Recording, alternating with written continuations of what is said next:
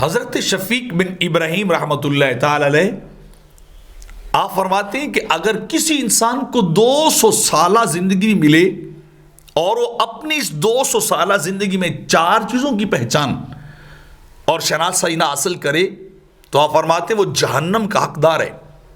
اس کا آخری ٹھکانہ جہنم بنے گی، جہنم کے گڑھے میں اس کو پھینکا جائے گا. اسے اپنی زندگی میں 4 چیزوں کی معرفت، 4 چیزوں کی پہچان ضرور حاصل کرنی چاہیے.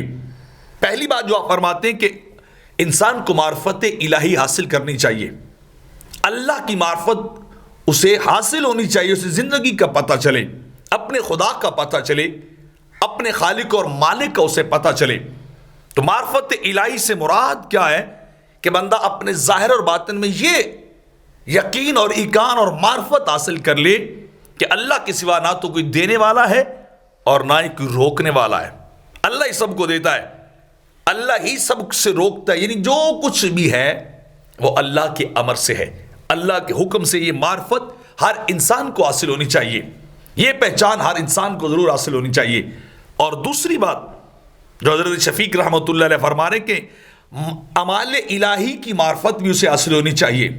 پہلے تو معرفت الہی ہو، پھر معرفت اعمال الہی ہو، اللہ کے اعمال اور اس کے سنت اور طریقے کا علم انسان کو ہو.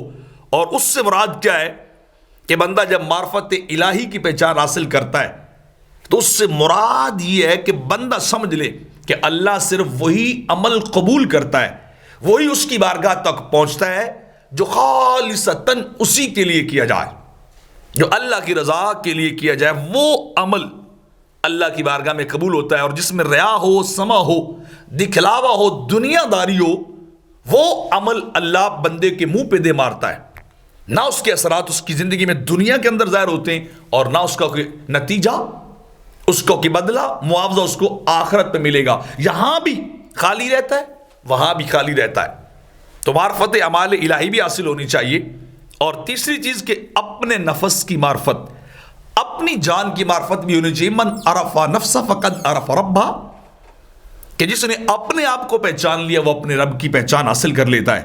وہ اپنے رب تک پہنچ جاتا ہے. جو اپنے من میں ڈوب جاتا ہے، جو اپنے بارے میں شناسائی حاصل کر لیتا ہے، وہ اپنے رب تک چلا جاتا ہے. اور اس سے مراد کیا ہے کہ انسان اپنی نفس کی معرفت حاصل کر لے، کہ انسان اپنے ضعف کو، اپنی ویکنس، کمزوری کو، بے ثباتی کو انسان جو پہچان لے اور اللہ کی رضا پہ راضی ہو جائے کہ جو کچھ اس نے لکھ دیا ہے وہ ہوگا، جیسا اس نے مجھے بنایا ہے ویسے ہی ہوگا. تو اپنے بے ثباتی، بے بسی کو انسان پہچان لے.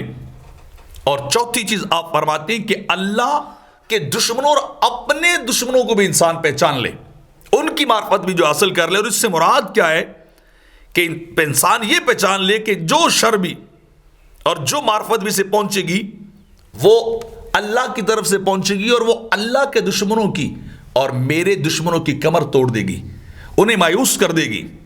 جب اسے معرفت یہ نصیب ہو جائے گی اللہ رب العزت کے دشمنوں اور اپنے دشمنوں کی، تو اسے جو کچھ بھی پہنچے گا وہ اللہ کے امر سے پہنچے گا، اور وہ نقصان دہ ہوگا اس کے اپنے دشمنوں کے لیے اور اللہ کے دشمنوں کے لیے بھی.